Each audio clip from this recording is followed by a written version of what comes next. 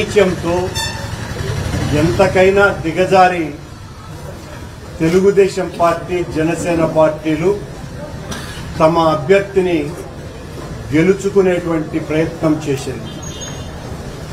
ఎంత దుర్మార్గం నడిచిందో గత వారం రోజులుగా ఈ పవిత్ర తిరుపతి నగరంలో మొత్తం ప్రజలందరూ కూడా చూసినారు. ఈ రోజు జరిగినటువంటి ఈ ఎన్నికలో నా తమ్ముడు లడ్డు భాస్కర్ ఓటమిని మేము ఓటమిగా భావించటం లేదు.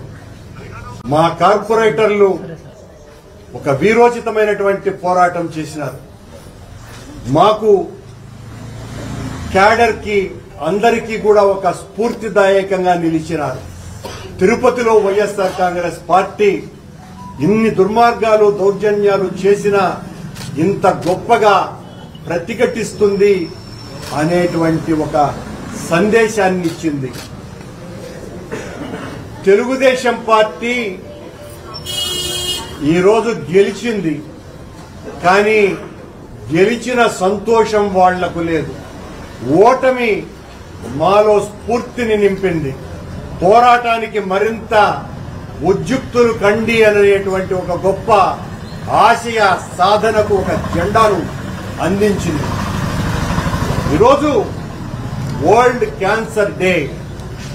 ఈ వరల్డ్ క్యాన్సర్ డే సందర్భంగా ఆ క్యాన్సర్ కంటే కూడా దుర్మార్గమైనటువంటిది తెలుగుదేశం పార్టీ జనసేన బీజేపీల కూటమినని ఈ క్యాన్సర్ డే రోజునే తిరుపతిలో నగ్నంగా ఈరోజు ప్రజలకందరికీ కూడా చూపించింది ఆ కూటమి. క్యాన్సర్ కంటే చాలా ప్రమాదం. మేము ఈ ప్రమాదకరమైనటువంటి జబ్బు నుంచి పరిరక్షించుకోండి అన్నట్టుగా వాళ్ళు చేసినటువంటి దుర్మార్గాలు అన్నీ ఇన్ని కావు. మేము స్పష్టంగా చెప్తూనే ఉన్నాం.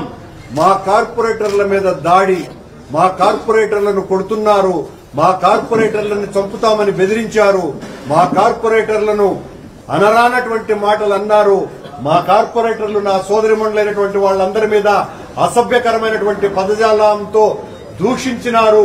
అయినా కూడా అందరూ కూడా చాలా మెజారిటీ గట్టిగా నిలబడ్డారు. నిన్న నా ఇంటి నుంచి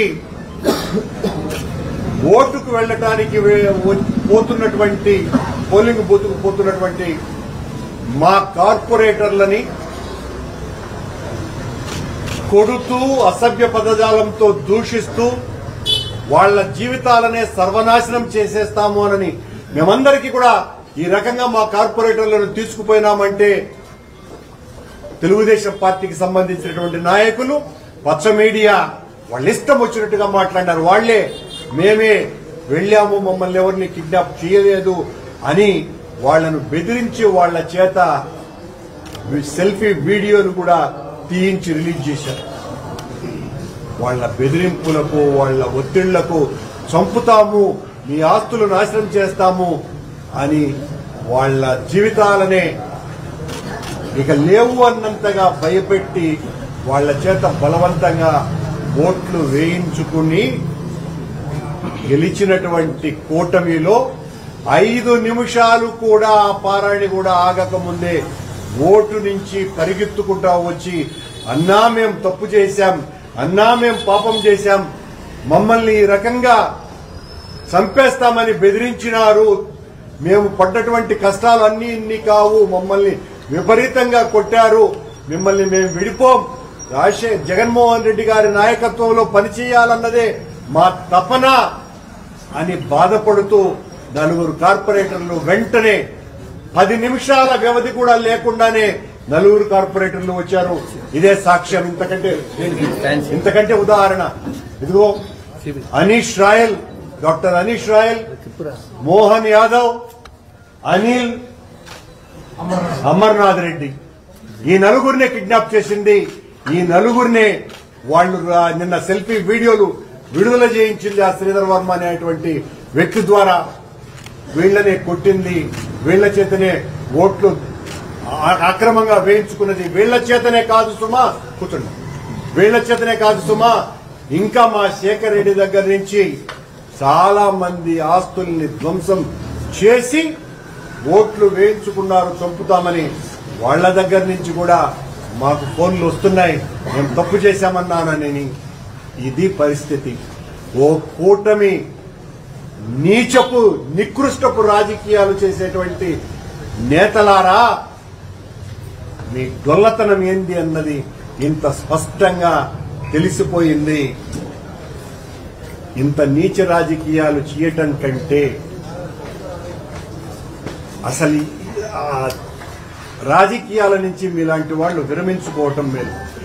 మా మీద రోజు మీ ఇష్టం వచ్చినట్టు విషయం కుమ్మటం, మీ నాయకులు ఒకవైపున, మిమ్మల్ని సమర్థించేటువంటి పత్రికలు ప్రసార మాధ్యమాలు మరొక వైపున, మేం దౌర్జన్యం చేశామనని, మేం కొట్టామనని ఎన్ని రకాలైనటువంటి మాటలు మాట్లాడారు.